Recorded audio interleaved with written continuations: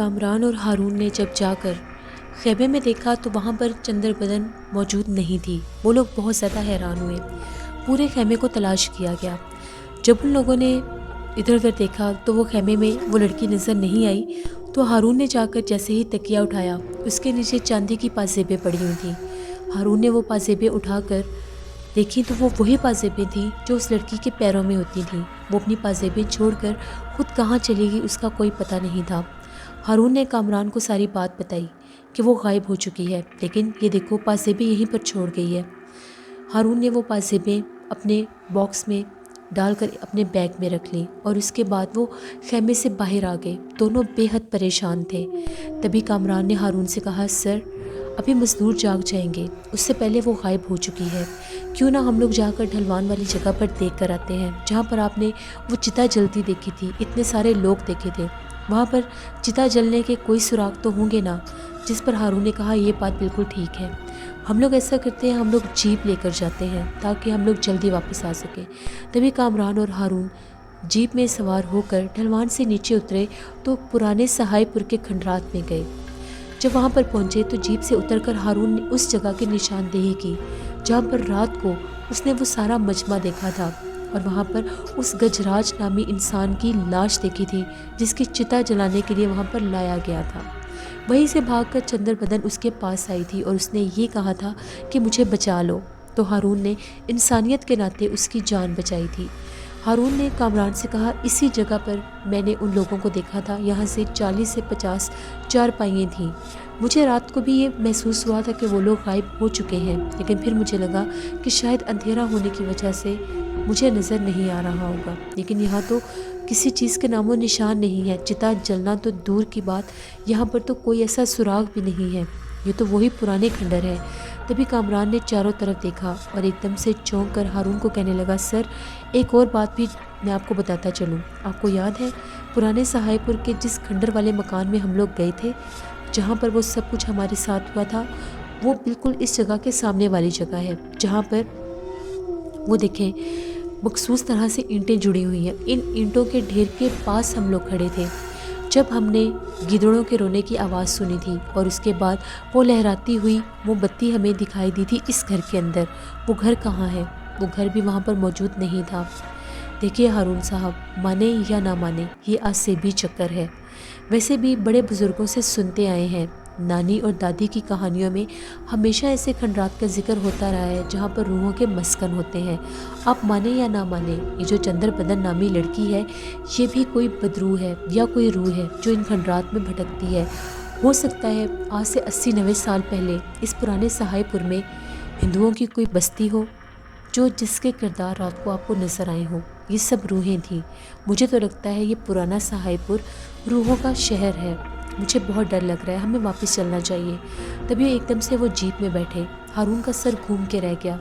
تبھی ہارون نے کامران کو بتایا، میں تمہیں ایک اور بات بتاتا ہوں، رات کو جب وہ لڑکی میرے ساتھ آ رہی تھی تو جو ڈھلوانوں کے پاس ایک قبر ہم لوگوں کو ملی ہے، جس قبر کے اوپر وہ برتن میں بکور میں آگ جلتی ہے اور خوشبو مہکتی ہے، وہ اس قبر کے پاس سے نہیں گزر رہی تھی، وہ اس قبر کے پاس آتے ہوئے ڈر رہی تھی، وہ مجھے بار بار یہ کہہ رہی تھی کہ مجھے اس قبر کے پاس سے نہیں گزرنا، تو وہ دوسری سائڈ سے ہوتی ہوئی خیموں کے اندر گئی تھی۔ ہارون بہت چونکا اور کہنے لگا، سر یہ ہم لوگوں کے لیے بہت اچھی بات ہے۔ تبھی ہارون نے کہا، وہ کیسے؟ تو کامران نے بتایا کہ آپ مانیں یا نہ مانیں، وہ کسی بہت بڑے پہنچے بزرگ کی قبر ہے، اسی لیے ٹرک ڈرائیور چراغ علی نے بھی وہاں پر ایک سفید لباس میں اور سفید داڑھی میں ایک بزرگ کو دیکھا تھا جو اس قبر کے پاس جا کر غائب ہو گئے تھے۔ ان کی بدولت ہی ہم لوگ بچے ہوئے ہیں، ورنہ آپ یقین کریں جتنی پرسرار اور آسیب زدہ یہ جگہ ہے، شاید یہ روحیں اور جنات ہمیں کوئی نقصان پہنچا چکے ہوتے۔ ہم لوگوں کی خوش قسمتی ہے کہ ہم لوگوں نے اس قبر کو عقیدت دی ہے، اور وہاں پر جتنے بھی مزدور ہیں وہاں کی بہت زیادہ صفائی کرتے ہیں، جنگل سے ڈھونڈ ڈھونڈ کر پھول لے کر آتے ہیں اور ان کے چڑھاوے وہاں پر چڑھاتے ہیں۔ ہارون نے کہا، یہ بات تو بالکل ٹھیک ہے۔ تبھی ہارون نے اور کامران نے جب واپس آ کر دیکھا تو وہاں پر مزدور اپنے کام میں لگے ہوئے تھے، ان لوگوں نے حسب معمول وہاں پر اپنا کام شروع کر دیا تھا، ناشتہ تیار ہو گیا تھا۔ یہ مزدور بہت اچھے تھے۔ ہارون نے اس محکمے کو بہت زیادہ اچھے کام کر کے دیے تھے، جس کی وجہ سے محکمہ اس پر بہت زیادہ خوش تھا اور سارے ہی لوگ اس کے ساتھ بہت محبت سے کام کرتے تھے۔ ہارون نے اپنے اور مزدوروں میں کبھی بھی کوئی فرق نہیں رکھا تھا، جیسا کھانا وہ خود کھاتا تھا ویسا ہی کھانا مزدور بھی کھاتے تھے، اسی لیے ہر کوئی مزدور اور لیبر اس کے ساتھ کام کرنے کے لیے راضی ہوتے تھے۔ اوورسیئر اپنی نگرانی میں سارے کام کروا رہا تھا۔ ناشتہ کرنے کے بعد ایک دم سے ہارون کو ان پازیبوں کا خیال آیا۔ کامران نے کہا، سر وہ پازیبیں مجھے بھی دیکھنی ہیں، کیا میں دیکھ سکتا ہوں؟ تبھی ہارون نے کہا، کیوں، خیریت ہے؟ کامران نے کہا، بس ویسے ہی دیکھنا چاہتا ہوں۔ ہارون جیسے وہ پازیبیں باہر لے کر آیا، کامران نے ان چاندی کی پازیبوں کو دیکھا اور کہنے لگا، سر یہ اتنے پرانے دور کے زیورات ہیں، آج کل کے دور میں تو ایسے ڈیزائن کبھی بھی نہیں ہوتے، آپ کو کیا لگتا ہے یہ کتنے سال پرانی ہوں گی؟ ہارون نے کہا، مجھے نہیں پتا، تم بتاؤ تمہارا کیا اندازہ ہے؟ تبھی کامران نے یہ کہا، نہ کرتے کرتے بھی 100 سال پرانی تو ہوں گی، اور دیکھیں اس چاندی کا کلر ابھی تک خراب نہیں ہوا، یہ چاندی آج بھی ایسے ہی چمک رہی ہے جیسے ابھی بنی ہو۔ تبھی ہارون نے کہا، ہاں یہ بات تو ٹھیک ہے، میں ان کو گھر نہیں لے جا سکتا، تم جانتے ہو نا میں ان کو گھر لے کر گیا تھا تو گھر میں کیا حادثہ ہوا تھا، پتہ نہیں ان کا کیا ہوگا، مجھے کچھ سمجھ نہیں آ رہی آخر وہ کہاں پر گئی۔ تبھی کامران نے کہا، سر یہاں پر ہم لوگوں کا کام کتنے عرصے میں پورا ہوگا؟ جس پر ہارون نے کہا، بس کچھ عرصہ لگے گا، ایک دفعہ یہاں پر مارکنگ پوری ہو لے، ایک دفعہ پروجیکٹ سٹارٹ ہو لے، اس کے بعد کھنڈرات کی صفائی بھی شروع ہو جائے گی، جیسے ہی میں محکمے میں رپورٹ پیش کروں گا وہاں سے آرڈر مل جائیں گے اور پھر ہم لوگ ان کھنڈرات کی صفائی شروع کر دیں گے۔ دوسری جانب صفورہ طاہر وہ لڑکی تھی جو ہارون سے شادی کرنا چاہتی تھی، جو کہ ہارون پر جو کرامت علی صاحب مہربان تھے ان کی بھتیجی تھی، جو لندن سے یہاں پر آئی تھی صرف اور صرف ہارون سے شادی کرنے کے لیے۔ اسے ہارون سے کوئی محبت وغیرہ نہیں تھی، بس دلچسپی تھی، اور وہ یہ سمجھتی تھی کہ شاید کوئی بھی اسے ریجیکٹ نہیں کر سکتا، لیکن ہارون نے اس کو ریجیکٹ کر دیا تھا کیونکہ وہ افشاں سے شادی کرنا چاہتا تھا۔ لیکن اس نے جاتے جاتے ہارون کو یہ دھمکی ضرور دی تھی کہ میں تم سے بدلہ لینے ضرور آؤں گی۔ جب وہ لندن میں تھی تو وہاں پر اس کی دوستی ایک ہندو لڑکے سے ہوگی جس کا نام پرشاد تھا۔ پرشاد کے ساتھ وہ کافی زیادہ خوش رہتی تھی۔ پھر ایک دفعہ وہ اپنے گھر والوں سے اجازت لے کر لندن کے کسی ٹور پر گئی، وہاں پر بہت سے لڑکے لڑکیاں تھے، پرشاد بھی اس کے ساتھ تھا۔ صفورہ یہ نہیں جانتی تھی کہ پرشاد کی نیت اس کے حق میں آخر کیا ہوگی۔ تبھی وہ ایک ایسے علاقے میں پہنچے جہاں پر بہت زیادہ غاریں تھیں، تو پرشاد نے صفورہ سے کہا، آؤ تم اور میں جا کر ان غاروں کو دیکھ کر آتے ہیں، یہ یہاں کی مشہور ترین غاریں ہیں، یہاں پر عموماً لوگ نہیں جاتے، لوگوں کا یہ ماننا ہے کہ یہ غاریں بہت ہی زیادہ پرسرار ہیں۔ جس پر صفورہ نے یہ کہا، میں ایسی چیزوں سے نہیں ڈرتی۔ صفورہ ایک بہت ہی زیادہ نڈر لڑکی تھی، وہ بالکل بھی نہیں ڈرتی تھی، وہ دوسری لڑکیوں سے کافی زیادہ بہادر لڑکی تھی۔ تبھی وہ پرشاد کے ساتھ وہاں پر چلی گئی۔ صفورہ کو پرشاد کے اوپر پورا بھروسہ تھا، وہ یہ سمجھتی تھی کہ یہ نہایت ہی اچھا انسان ہے، لیکن وہاں پر جا کر پرشاد نے جب صفورہ کے ساتھ بدتمیزی کرنے کی کوشش کی تو اس نے یہ کہا کہ چپ چاپ میری بات مان لو، ورنہ میں تمہارے سر میں ایک پتھر ماروں گا اور تم یہیں پر مر جاؤ گی، تمہاری قسمت ہوئی تو تم بچ جاؤ گی۔ جس پر صفورہ نے کہا، اچھا تمہیں ہمت ہے تو میرے قریب آ کر دکھاؤ۔ پرشاد یہ سمجھ رہا تھا کہ شاید یہ ایک نازک سی عام سی لڑکی ہے، لیکن اس کے برعکس صفورہ ایک بہت ہی زیادہ بہادر لڑکی تھی۔ صفورہ نے جیسے ہی ایک پنچ اس کے منہ پر مارا، وہ زور سے پیچھے جا کر گرا اور اس کے ہونٹ زخمی ہو گئے۔ تبھی وہ خون خوار ہو کر جیسے اس پر حملہ آور ہونے لگا تو صفورہ نے بڑے طریقے کے ساتھ اس کی گردن میں اپنے بازوؤں کی کینچی ڈال دی۔ پرشاد نے بہت کوشش کی کہ اس کی گرفت سے اپنے آپ کو بچا لے، صفورہ بھی نہیں جانتی تھی کہ اس میں ایک دم سے اتنی طاقت کہاں سے آ گئی۔ اس نے پوری کوشش کی اس کو اپنے شکنجے میں لینے کی، یہاں تک کہ پرشاد کا جسم ڈھیلا ہو گیا۔ صفورہ سمجھی کہ شاید وہ بے ہوش ہو چکا ہے۔ جیسے صفورہ نے اس کو چھوڑا وہ نیچے گرا۔ صفورہ نے اس کو کہا، چلو اب جلدی سے اٹھ جاؤ اور ڈرامے بند کرو، میں جانتی ہوں کہ تم ناٹک کر رہے ہو، تمہیں کچھ بھی نہیں ہوا، بھلا اتنی آسانی سے تم کیسے بے ہوش ہو سکتے ہو؟ ابھی تو تم بہت زیادہ تڑیاں دے رہے تھے کہ مجھے مار دو گے، لیکن وہ نہیں اٹھا۔ جیسے صفورہ اس کے قریب گئی، اس نے اس کی نبض دیکھی، اس کی سانس دیکھی تو وہ رک چکی تھی۔ پرشاد وہیں پر مر چکا تھا۔ صفورہ کا سر گھوم گیا کہ آخر یہ اتنی جلدی کیسے مر سکتا ہے۔ مجھے نہیں پتا تھا کہ میری گرفت اس کے گرد اتنی سخت ہو جائے گی۔ سفورہ جانتی تھی کہ یہاں پر پرشاد کے ساتھ آتے ہوئے مجھے بہت سے وزٹر لڑکے لڑکیوں نے دیکھا ہے۔ اگر میں یہاں سے اکیلی جاؤں گی تو وہ میرے سے سوال کریں گے، اور اگر میں انہیں کوئی جواب نہیں دوں گی تو ہو سکتا ہے وہ میرے خلاف کوئی کمپلین کر دیں، پھر یہاں کی گورنمنٹ مجھے فوراً سے سزائے موت سنا دے گی۔ آخر میں کیسے بچ سکتی ہوں؟ ابھی وہ وہاں سے ڈر کے جانے ہی لگی تھی کہ اس کو اس غار میں سے ایک بھاری بھرکم سی آواز سنائی دی جس نے کہا رک جاؤ، لیکن یہ آواز پرشاد کی نہیں تھی۔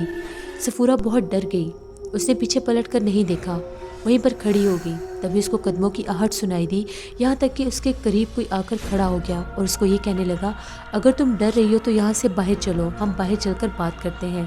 اب سفورہ کے رنگ اڑ گئے کیونکہ اسے نہیں پتا تھا کہ اس غار میں اس کے علاوہ بھی کوئی موجود ہے۔ جب وہ وہاں پر گئی تو اس نے دیکھا کہ وہاں پر ایک سادھو کھڑا تھا، اس نے بالکل سادھوؤں والا ہی لباس پہنا ہوا تھا۔ تبھی سفورہ نے کہا آپ کون ہیں؟ جس پر اس نے یہ کہا میں ایک سادھو ہوں، میرا نام ٹنڈن گوپال ہے، میں اس غار میں رہتا ہوں، تمہاری بہادری دیکھ کر میں حیران ہو گیا ہوں۔ یہ غاریں بہت مشہور ہیں، یہ آسیبی غاریں ہیں، یہاں پر کوئی بھی آنے کی غلطی نہیں کرتا۔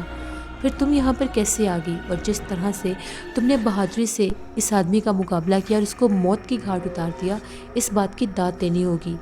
دیکھو تم جانتی ہو اگر تمہیں یہاں پر اکیلے کسی نے جاتے دیکھ لیا تو تمہارے پر شک کیا جائے گا اور ہو سکتا ہے تمہیں جیل بھی ہو جائے، اور اس کے بعد وہ وقت بھی دور نہیں جب تمہیں سزائے موت ہو جائے گی۔ سفورہ نے کہا نہیں، میری مدد کریں، مجھے بچا لیں۔ تبھی ٹنڈن گوپال نے یہ کہا ٹھیک ہے، اس کے لیے تمہیں میری چیلی بننا پڑے گا۔ میں چاہتا ہوں کہ تم جیسی بہادر لڑکی میری شاگردہ بنے۔ تم جانتی ہو میں نے بہت سے لوگوں کو کالے جادو کے عملیات سکھائے ہیں، اگر تم حامی بھرو گی تو میں تمہیں اس جال سے بچا سکتا ہوں، ورنہ آگے تمہاری قسمت۔ سفورہ نے کہا نہیں، مجھے بچا لیجئے، میں آپ کی چیلی بننے کے لیے، آپ کی شاگردہ بننے کے لیے تیار ہوں۔ تبھی ٹنڈن گوپال نے یہ کہا ٹھیک ہے، اپنی آنکھیں بند کرو۔ سفورہ نے کہا آخر کیوں؟ تبھی ٹنڈن گوپال نے یہ کہا ابھی تمہیں امرت رس چاٹنا ہوگا۔ جیسے ہی سفورہ نے اپنی آنکھیں بند کی تو ٹنڈن گوپال نے اپنی ہتھیلی کے اوپر اپنا تھوک پھینکا اور اس کو یہ کہا کہ اس کو چاٹ لو۔ سفورہ کو نہیں پتا تھا کہ آخر وہ اس کی ہتھیلی پر کیا ہے۔ جیسے سفورہ نے اس کو چاٹا، اس کے جسم سے بدبو آنے لگ گئی، اس کی طبیعت بگڑنے لگ گئی۔ تبھی ٹنڈن گوپال نے یہ کہا خبردار، اس کو باہر مت تھوکنا، تم اب میری چیلی بن گئی ہو، اب آنکھیں کھول لو۔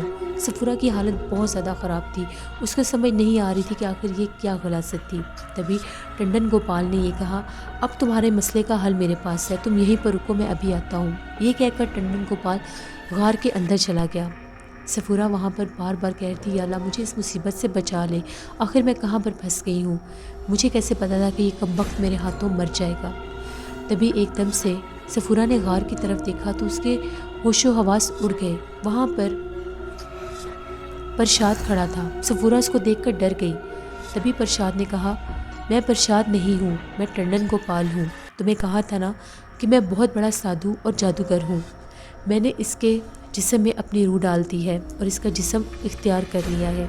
اب میں تمہارے ساتھ وہیں پر جاؤں گا، تمہارے سارے دوست تمہیں میرے ساتھ دیکھ لیں گے، اس کے بعد جب تم یہاں سے واپس جاؤ گی تم اپنے گھر چلی جاؤ گی اور پرشاد اپنے گھر، پھر اس کے بعد وہ بھاڑ میں جائے، مجھے اس سے کچھ لینا دینا نہیں ہے، لیکن تم یہاں سے بچ سکتی ہو۔ جس پر سفورہ نے کہا ٹھیک ہے، میں آپ کے ساتھ جانے کے لیے تیار ہوں۔ تبھی وہ لوگ واپس آئے، کچھ دن وہاں پر اور وزٹ کیا، اور اس کے بعد جیسے وہ لوگ واپس آئے سفورہ اپنے گھر آ گئی اور وہ پرشاد کے روپ میں وہ سادھو پرشاد کے گھر چلا گیا۔ کافی دن گزر گئے، پرشاد کے بارے میں کوئی خبر نہیں سنائی دی، اس کی گمشدگی کی کوئی بھی خبر نہیں آئی۔ البتہ سفورہ کی حالت بہت زیادہ خراب تھی، وہ بہت زیادہ بیمار رہنے لگ گئی۔ جیسے ہی وہ جو رس اس نے چاٹا تھا اس نے اس کی طبیعت بہت زیادہ خراب کر دی، بہت بوجھل رہنے لگی وہ۔ تبھی ایک دم سے اس کے فون پر بیل ہوئی، جب اس نے دیکھا تو اس نے فون اٹھایا، اس کی طبیعت ٹھیک نہیں تھی، اس نے بنا بولے وہ فون اپنی نوکرانی کی طرف کر دیا، تو اس کی نوکرانی نے یہ کہا کہ کوئی خاتون ہے آپ سے بات کرنا چاہتی ہے۔ جیسے سفورہ نے فون کان کے ساتھ لگایا تو وہ ٹنڈن گوپال تھا، اس نے یہ کہا کہ میں بول رہا ہوں۔ تبھی سفورہ نے کہا جی بولیے۔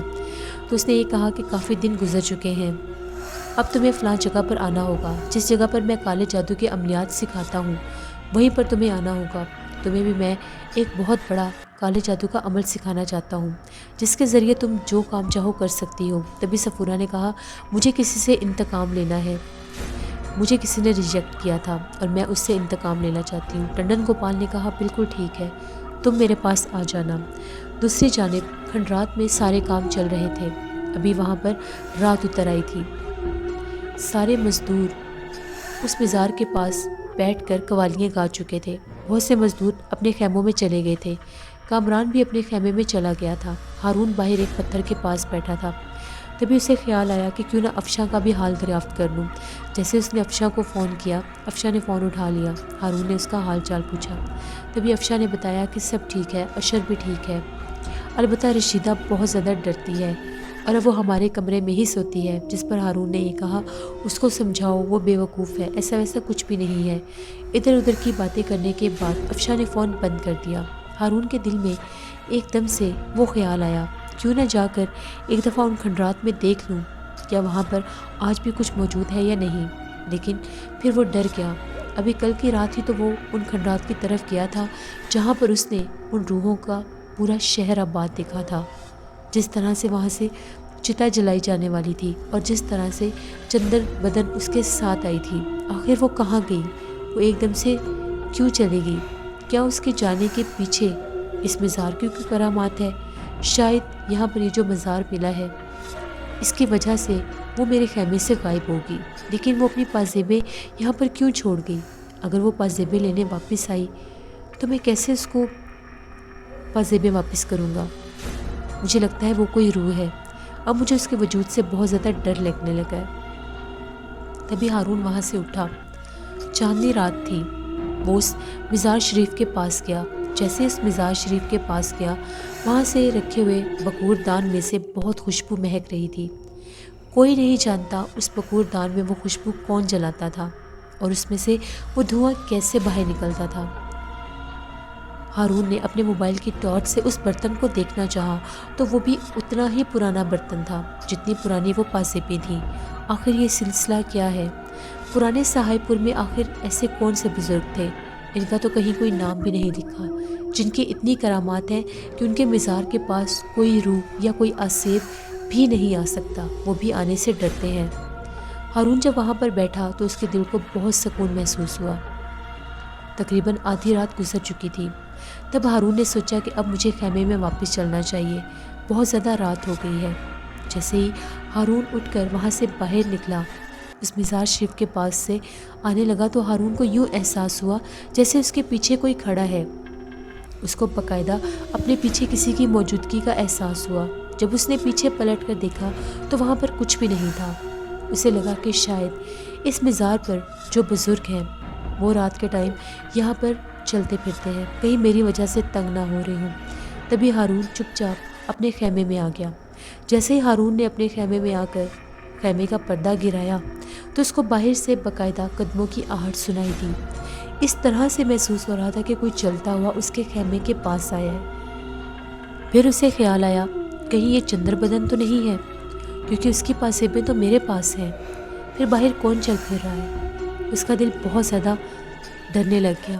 باقاعدہ باہر کوئی چل پھر رہا تھا، جہاں تک کہ باہر کسی کے چلنے پھرنے کا عکس بھی نظر آ رہا تھا جو خیمے کے پردے پر نمودار ہو رہا تھا۔ تبھی ہارون نے ڈرتے ڈرتے اپنے بستر سے اٹھنا ہی مناسب سمجھا۔ جیسے وہ اپنے خیمے کے پردے کے پاس آیا، اس نے خیمے کا پردہ تھوڑا سا ہٹایا تو باہر کچھ بھی نہیں تھا، البتہ اس کو ایک سفید سا وجود نظر آیا جو سامنے مزار شریف کے پاس کھڑا تھا۔ تبھی ہارون کو پتہ چل گیا کہ شاید جن بزرگ کا مزار ہے وہی وہاں پر تھے۔ پھر ایک دم سے اسے ان پازیبوں کا خیال آیا، لیکن اتنی رات کو وہ ان پازیبوں کو نہیں دیکھنا چاہتا تھا۔ تبھی ہارون چپ چاپ اپنے بستر پر آ گیا اور سوچنے لگا کہ آخر ان پازیبوں سے کیسے جان چھوٹے گی۔ وہ اپنی پازیبیں یہاں پر چھوڑ کر کیوں گئی ہے، جبکہ ان کھنڈرات میں تو نہ وہ گھر موجود ہے اور نہ ہی وہاں پر کسی کے اثرات موجود تھے۔ پھر میں نے کل کی رات وہاں پر اتنے سارے لوگوں کو کیسے دیکھ لیا؟ وہ جو وہاں کا سردار تھا جو اس لڑکی کو جلانے کا حکم دے رہا تھا، آخر وہ سب کیا تھا؟ یہ کہانی میرے پیچھے کیوں لگی ہوئی ہے؟ پہلے دن سے مجھے یہ لڑکی نظر آئی اور اس کا چہرہ میں نے کل دیکھا۔ آخر وہ اپنی پازیبیں اتار کر کیوں گئی؟ اور یہ پازیبیں وہی تھیں جو کھنڈرات کے ان تصویروں میں بھی تھیں جو وہاں پر لگی ہوئی تھیں، اور دن کے ٹائم وہاں پر وہ گھر بھی موجود نہیں تھا۔ آخر یہ کیسا عصبی چکر ہے؟ ہارون بہت زیادہ پریشان تھا کیونکہ وہ اپنی زندگی میں اکیلا نہیں تھا۔ اس کی زندگی میں اس کی بیوی اور اس کا ایک بیٹا اشر بھی تھا۔ اگر اس کی زندگی میں کوئی بھی عصبی معاملات بنے تو ان کے اثرات اس کی فیملی پر بھی جائیں گے۔ وہ بار بار چاہتا تھا کہ ان پازیبوں کو اپنے خیمے سے باہر پھینک دے۔ اگر یہ چندر بدن کی ہیں تو وہ اٹھا کر لے جائے گی۔ 2 سے 3 بار اس نے کوشش بھی کی، لیکن پھر وہ کچھ سوچ کے رک گیا۔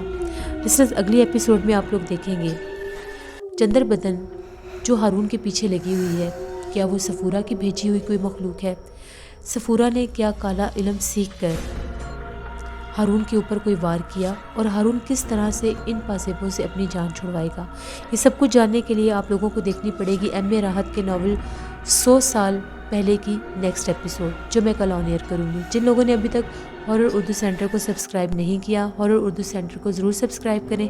میرے اس چینل پر آپ لوگوں کے لیے اسی طرح سے ہارر ناولز میں آن ایئر کروں گی۔ ہارر شارٹس میرا نیا چینل ہے، اس کو بھی جا کر آپ سبسکرائب کریں۔ وہاں پر ہارر ناولز اور ہارر سٹوریز جو میری خوفناک کہانیاں ہیں ان کے شارٹس بیٹا آپ لوگوں کو ملیں گے۔ اپنا بہت سا خیال رکھیے گا، اپنی ڈھیروں دعاؤں میں مجھے میرے والدین کو ضرور یاد رکھیے گا۔ Thank you for watching, stay blessed, اللہ نگہبان۔